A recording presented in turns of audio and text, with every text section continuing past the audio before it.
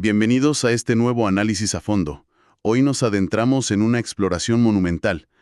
Tenemos entre manos un texto que literalmente desafía las bases mismas de cómo entendemos la existencia humana.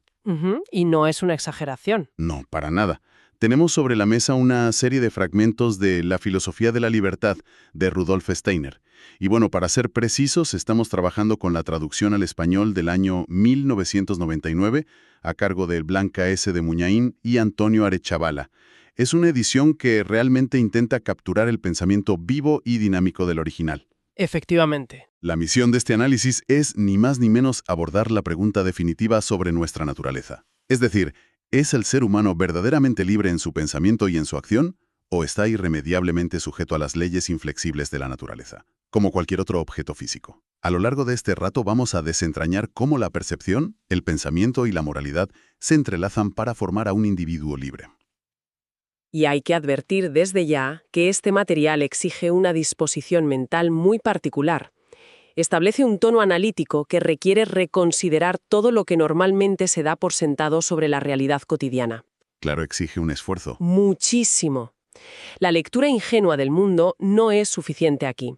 Steiner invita a observar nuestra propia actividad mental, algo que raramente hacemos, para descubrir si la libertad es una ilusión reconfortante o una conquista real, y sobre todo, posible. Vale, vamos a desgranar todo esto, porque el primer gran debate que plantea la obra aborda directamente esa postura, la idea de que la libertad humana es, de hecho, un espejismo.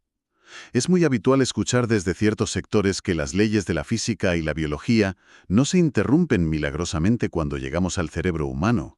Ya, el determinismo clásico. Eso es. Y para ilustrar esto, el texto rescata una analogía famosísima del filósofo Spinoza. Imaginemos una piedra que es lanzada por el aire debido a una causa externa, digamos el impacto de una mano.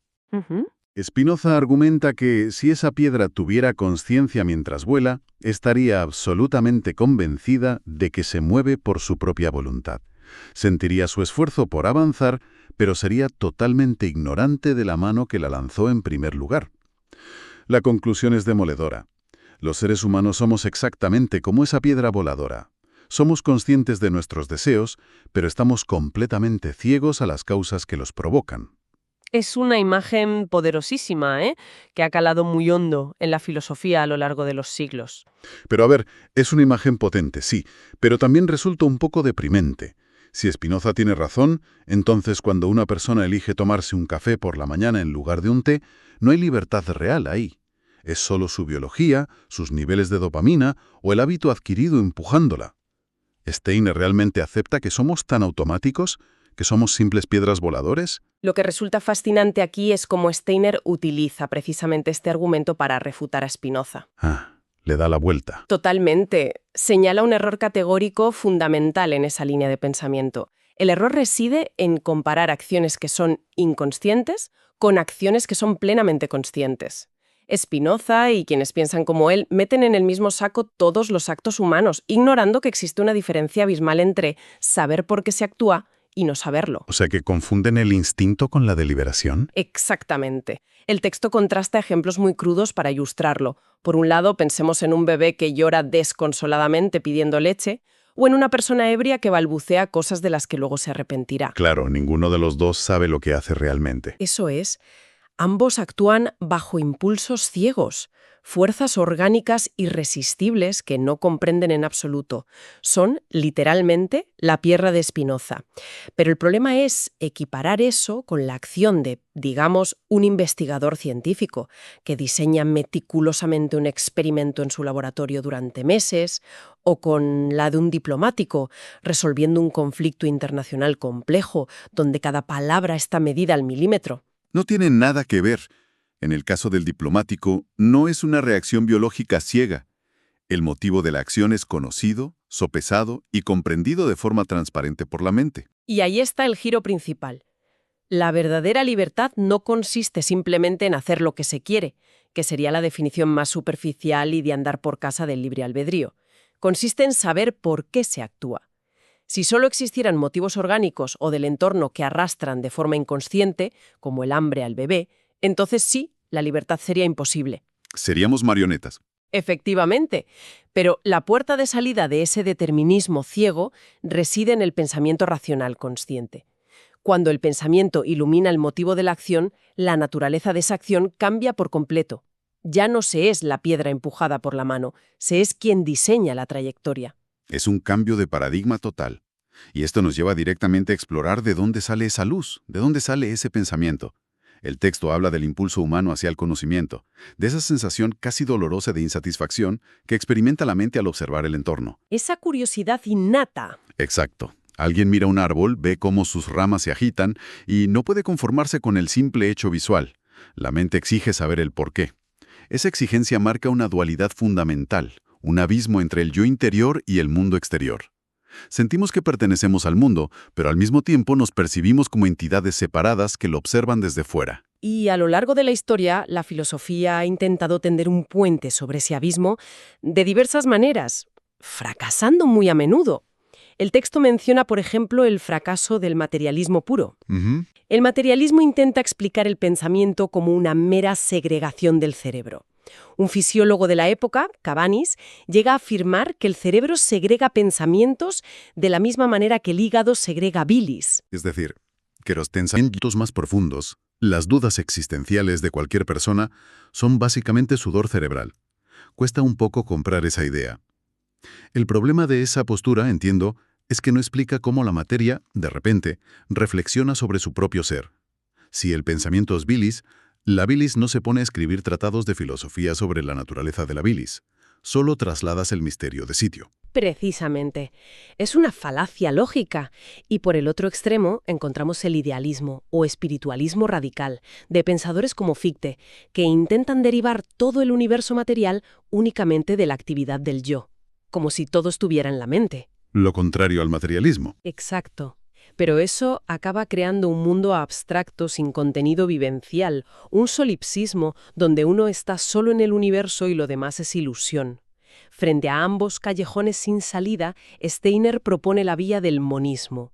Busca la unidad de la realidad, no negando una de las partes, sino integrándolas. Y para entender esa integración, hay un ejemplo brillantemente sencillo en el libro, el de las bolas de billar. ¡Ah, ese es magnífico! Si la mirada se fija en una mesa de billar y una bola golpea a otra, la observación visual pura y dura solo capta un impacto y un cambio de posición. Los ojos no ven la causa real. Es el pensamiento el que entra en escena para aportar los conceptos invisibles que dan sentido a la escena, conceptos como la fuerza, la velocidad, la elasticidad, la inercia. Es una analogía perfecta para entender cómo procesamos la realidad. Los sentidos solo proporcionan una secuencia de fotogramas mudos. Exacto. Para entenderlo con un ejemplo actual, es como ver un videojuego fallido donde los personajes chocan pero no pasa nada lógico, porque los programadores olvidaron meter el código del motor de físicas. El pensamiento es ese código subyacente. Esos conceptos de fuerza y elasticidad no están pintados en la mesa de billar, están en la mente, pero son absolutamente necesarios para que la realidad de ese choque esté completa. Sin el pensamiento, solo vemos píxeles moviéndose sin sentido. Si conectamos esto con la imagen global de esta filosofía, llegamos a un punto crucial sobre la naturaleza misma de pensar. El pensamiento es el único proceso en el universo que el ser humano produce activamente desde su interior de forma consciente, pero, paradójicamente, es el que menos suele observar mientras ocurre. Es verdad, no prestamos atención a cómo pensamos. Claro, cuando la mente analiza el choque de las bolas de billar, la atención está puesta en las bolas, no en el acto de pensar en sí. Observar el propio pensamiento es lo que Steiner llama un estado excepcional. Hay una metáfora en la obra que me parece fantástica para ilustrar esto. Compara este proceso con el libro del Génesis. Dice que es como la creación. Primero, hay que crear el mundo en un acto activo, y solo después de que existe, uno puede detenerse a contemplarlo y ver que era bueno. Con el pensamiento ocurre igual. Hay que producirlo activamente primero, y solo en un segundo acto, dando un paso atrás, se puede contemplar como objeto de observación. Y esa es la base absoluta de la certeza para esta filosofía. Al observar el propio pensamiento, no se está viendo un objeto extraño cuya naturaleza última se desconoce. Se está viendo una actividad que uno mismo ha creado, de principio a fin. Todo es transparente. No hay causas ocultas detrás del concepto de triángulo o del concepto de causa y efecto. Esa claridad diáfana convierte al pensamiento en el único punto de apoyo verdaderamente firme para empezar a comprender el resto del universo. Aquí es donde la cosa se pone realmente interesante. Porque si el pensamiento es nuestra ancla de certeza, resulta que los sentidos físicos son unos embaucadores profesionales. Se insiste muchísimo en lo engañosa que es la mera percepción sensorial sin el andamiaje del pensamiento. Totalmente engañosa. Se relata un ejemplo del filósofo Herbert Spencer, que ilustra esto a la perfección. Imaginemos que alguien camina por el campo un día de septiembre. De repente oye un ruido extraño cerca de una zanja y ve que la hierba se mueve. Se acerca y sale volando una perdiz. Spencer usaba esto para explicar cómo asociamos ideas por costumbre, pero aquí se le da la vuelta por completo al argumento original. Claro, porque el simple ruido acústico, que no es más que una vibración en el tímpano, y el movimiento verde de la hierba, que son solo fotones golpeando la retina, no explican absolutamente nada por sí solos. Es la mente la que, al percibir esos datos inconexos, aporta inmediatamente los conceptos de causa y efecto. Y es esa exigencia conceptual la que impulsa a la persona a acercarse para buscar el ave. Sin el pensamiento, el ruido sería solo ruido, un evento aislado en un universo caótico y sin reglas. Sin embargo, reconocer que los sentidos son engañosos o incompletos puede llevar a una trampa filosófica peligrosísima. Es lo que se conoce como el idealismo crítico. Y es fácil caer ahí. Muy fácil. Esta corriente, influenciada por gigantes como Berkeley o Kant, llega a la conclusión de que todo el mundo externo es en el fondo una ilusión, una mera representación interna. Su lógica parte de un hecho real. Sabemos que para percibir el color rojo se necesita un ojo humano estructurado de cierta manera. Sin ese ojo, el rojo no existe como tal en la naturaleza. Solo son ondas electromagnéticas invisibles. Por lo tanto, deducen que el mundo exterior es incoloro, inodoro y silencioso, y que esa taza roja de café que se percibe sobre la mesa solo existe dentro de la cabeza. Pero fíjate en el bucle casi cómico que crea esta forma de pensar. Es como un perro persiguiéndose la cola. Quien sigue este idealismo crítico busca primero el color rojo en el objeto físico, pero no lo encuentra porque la física dice que es incoloro. Luego lo busca en el ojo, pero en la retina solo hay procesos químicos. Luego lo buscan en el nervio óptico y solo hay impulsos eléctricos. Lo buscan en el cerebro y nada, pura materia gris. No aparece por ningún lado. Exacto. Finalmente, sin saber qué hacer, concluye que el color surge mágicamente en el alma o en la conciencia como una representación irreal. Y así, de repente, el mundo físico sólido se desvanece y todo se convierte en un sueño subjetivo. Es un callejón sin salida fascinante, sí. El error monumental de ese idealismo crítico es que utiliza los conceptos lógicos del pensamiento para invalidar el mundo físico, pero no se da cuenta de que el pensamiento mismo es la única garantía de la realidad. Destruyen el mundo usando la misma herramienta que debería construirlo. Y aquí es donde la analogía del capullo de rosa entra a salvar al día, resolviendo este embrollo con la variable del tiempo. Es una analogía vital para entenderlo. Si se observa un capullo de rosa hoy, la percepción visual inmediata muestra un objeto verde, cerrado, que parece completo en ese instante. Pero si se pone en un jarrón con agua, mañana será una flor abierta y roja. Si alguien juzga la realidad basándose únicamente en la percepción momentánea de hoy, obtiene una visión fragmentada y falsa. Dirá simplemente que eso es una bola verde. Claro, se queda a medias. Esa percepción del capullo es solo una mitad de la realidad. La otra mitad, la que contiene su desarrollo, las leyes biológicas de su crecimiento, su potencial para florecer, todo eso no se ve con los ojos, se comprende con el concepto. La realidad no es una fotografía fija. El acto de conocer, la verdadera cognición humana, es siempre una síntesis.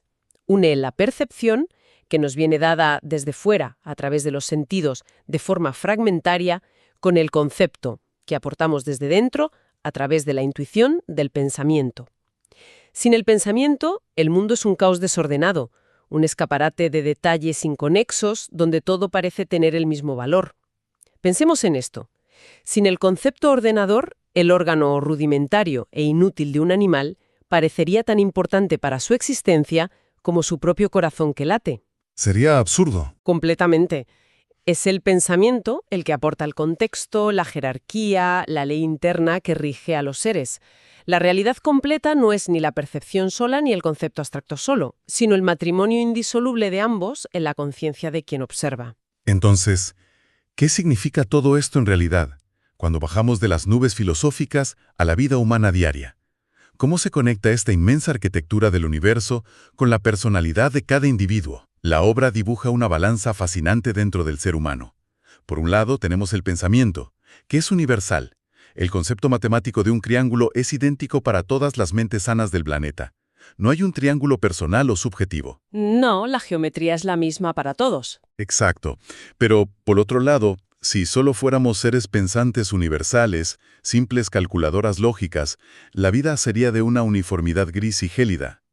Aquí entra el contrapeso vital, el sentimiento. El sentimiento nos devuelve a nosotros mismos, nos aísla y nos hace reaccionar individualmente ante ese mundo universal. Es una tensión constante y necesaria. Por el pensamiento participamos del cosmos, de lo objetivo. Y por el sentimiento y la percepción sensorial nos encerramos en nuestra personalidad única. Ahora bien, el puente entre ambos mundos es lo que llamamos la representación. Una representación es simplemente un concepto que ha sido individualizado por la experiencia subjetiva. Cada persona tiene el concepto universal lógico de lo que es un león, pero la representación interna, la imagen mental de ese león, dependerá de si lo vio en un zoológico de niño comiendo un helado, de si leyó sobre él fríamente en una enciclopedia o de si sintió el terror absoluto al verlo suelto en un safari. El concepto es el mismo, pero el sabor emocional es único. Y esa individualización, ese bagaje personal, es precisamente el motor de nuestra voluntad moral. El texto traza una evolución brillante de los motivos humanos. No actuamos siempre desde el mismo nivel de conciencia. De hecho, enumera 4 niveles por los que asciende nuestra voluntad. Y creo que cualquiera puede reconocerse en ellos fácilmente. El primer nivel es el más básico, casi biológico, el instinto. Son los impulsos automáticos, donde la percepción detona la acción sin que medie la reflexión.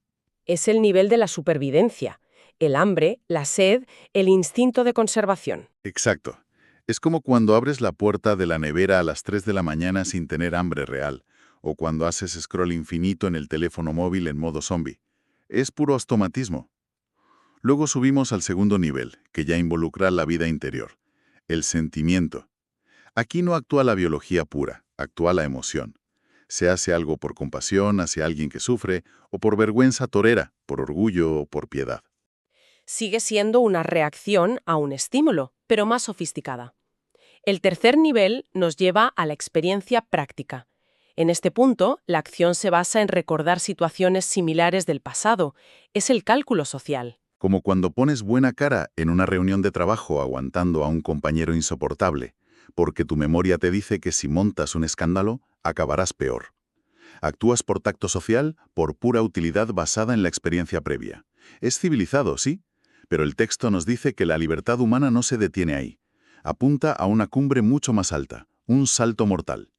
El cuarto nivel, el pináculo absoluto de la acción humana, es la razón práctica, fundamentada en la intuición pura. Y este es el clímax conceptual de la obra, lo que Steiner denomina con valentía el individualismo ético. Y para que quien escucha entienda la magnitud de este concepto, es imprescindible contrastarlo con la filosofía moral imperante, que es básicamente la herencia de Immanuel Kant. Kant es el elefante en la habitación cuando se habla de moralidad. Totalmente. Para explicarlo de forma sencilla, Kant dictaminaba que una acción es moralmente correcta solo si se actúa por un estricto sentido del deber y bajo una máxima que desearías que se convirtiera en ley universal obligatoria para todos los seres humanos. Vale, para llevarlo a un ejemplo de andar por casa. Si yo ayudo a un amigo a mudarse porque le tengo mucho cariño y me apetece verle feliz, para Kant esa acción no tiene un mérito moral puro, porque hay emoción y afecto de por medio. Estoy actuando por inclinación, no por deber. Exacto. Para Kant, una persona es verdaderamente moral si detesta la idea de ayudarle a mudarse, pero lo hace apretando los dientes porque su intelecto le dicta que ayudar al prójimo es una ley universal a la que debe someterse, el deber por encima de todo. Y aquí es donde Steiner da un giro copernicano que rompe los esquemas. Argumenta que someterse ciegamente a una regla universal abstracta o al yugo del deber kantiano es literalmente el asesinato de la individualidad humana. Es darle la vuelta a toda la moral tradicional. Afirma explícitamente que el concepto del deber excluye la libertad porque exige sumisión. Es decir, si actúas por deber, sigues siendo un esclavo, solo que tu amo ahora es un concepto abstracto en lugar de un instinto biológico. Un espíritu verdaderamente libre no actúa porque una ley externa se lo imponga, ni siquiera porque una voz autoritaria interna le dicte lo que se debe hacer. Actúa por amor a la acción. Amor a la acción. Esa es la piedra angular de la libertad. El individuo verdaderamente libre, cuando se enfrenta a una encrucijada moral compleja, no saca un manual de reglas universales para ver qué dice el código. Mediante su pensamiento activo, se eleva al mundo de las ideas y capta una intuición moral específica, diseñada a medida y única para ese caso concreto. No es aplicar una plantilla, entonces. Es crear sobre la marcha. Exactamente. Luego, impulsa esa acción no por obligación o por miedo al castigo, sino porque se identifica tan plenamente con esa idea que acaba de concebir que la ama y desea traerla a la existencia en el mundo físico. En ese preciso instante, el motivo racional y el impulso emocional coinciden a la perfección. El individuo deja de ser un engranaje obediente en una inmensa máquina moral universal, se convierte en el creador original de su propia moralidad. La acción libre se convierte en una obra de arte moral irrepetible. Una analogía preciosa. Haciendo un resumen reflexivo de este viaje asombroso, queda clarísimo que el ser humano no nace libre por defecto. Es una ilusión creer que lo somos desde el primer día. La naturaleza nos fabrica como seres biológicos atados a instintos de supervivencia, y la sociedad nos moldea desde niños como seres de costumbres atados a leyes, expectativas y convenciones. Todo eso es determinismo, es la gravedad que nos empuja hacia abajo. Sin embargo, a través del esfuerzo titánico de integrar conscientemente la percepción externa y el pensamiento interno, y alcanzando esa cima de la intuición moral pura, el ser humano tiene el potencial extraordinario de hacerse libre a sí mismo. La libertad no es un regalo ni un estado natural, es una conquista evolutiva que requiere conocimiento y voluntad. No hay límites infranqueables para el conocimiento humano si la mente aprende a unir lo que los limitados sentidos se empeñan en separar. Y es vital recordar que esta conquista exige un estado de vigilia constante. No sirve de nada lograrlo una vez y echarse a dormir. Obliga a rechazar con firmeza tanto el materialismo reduccionista, que nos convierte en autómatas biológicos glorificados, como el misticismo ciego que ahoga la claridad cristalina del pensamiento racional en un mar de sentimientos valgos y nebulosos. La verdadera libertad requiere la luz penetrante del concepto unida al calor abrazador del amor por el acto moral concreto. Esto plantea una pregunta crucial para cada persona que acompañe esta exploración. Es una invitación a someter el propio día a día a un escáner filosófico implacable. Si repasamos mentalmente desde que suena el despertador hasta que se apaga la luz por la noche, cabe preguntarse cuántas de las decisiones que se toman están realmente dictadas por impulsos orgánicos ciegos, cuántas por normas externas que se acatan simplemente por inercia para no desentonar, o cuántas se hacen bajo el peso muerto y asfixiante de lo que se debe hacer. Y por el contrario, ¿cuántas acciones en una semana promedio son verdaderamente libres, creadas activamente por un amor consciente, original y lúcido hacia la acción misma? Es un ratio que asusta si se analiza con sinceridad. Totalmente. Da mucho que pensar. Y para cerrar este análisis hay un pensamiento final, una derivación profundamente provocativa que se desprende de la arquitectura de la obra. El texto desliza una idea fascinante. Absolutamente todas las leyes del Estado, todas las instituciones venerables y todas las reglas de la moralidad convencional, que hoy nos parecen sagradas e inmutables, fueron en su momento de origen intuiciones morales ardientes concebidas por espíritus libres del pasado. Alguien tuvo que intuir por primera vez, de la nada, el concepto de los derechos civiles o de la justicia social, antes de que se convirtieran en leyes escritas y burocracia.